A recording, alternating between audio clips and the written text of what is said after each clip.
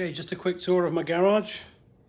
Obviously I've got the Audi R8 in here from Land Motorsport, just looking after that for a while until it goes home again. And then my kit car that I built.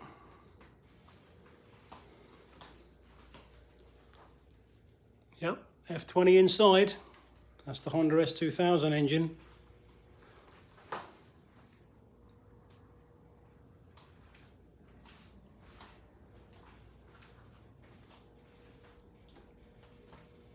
Not a bad layout, eh?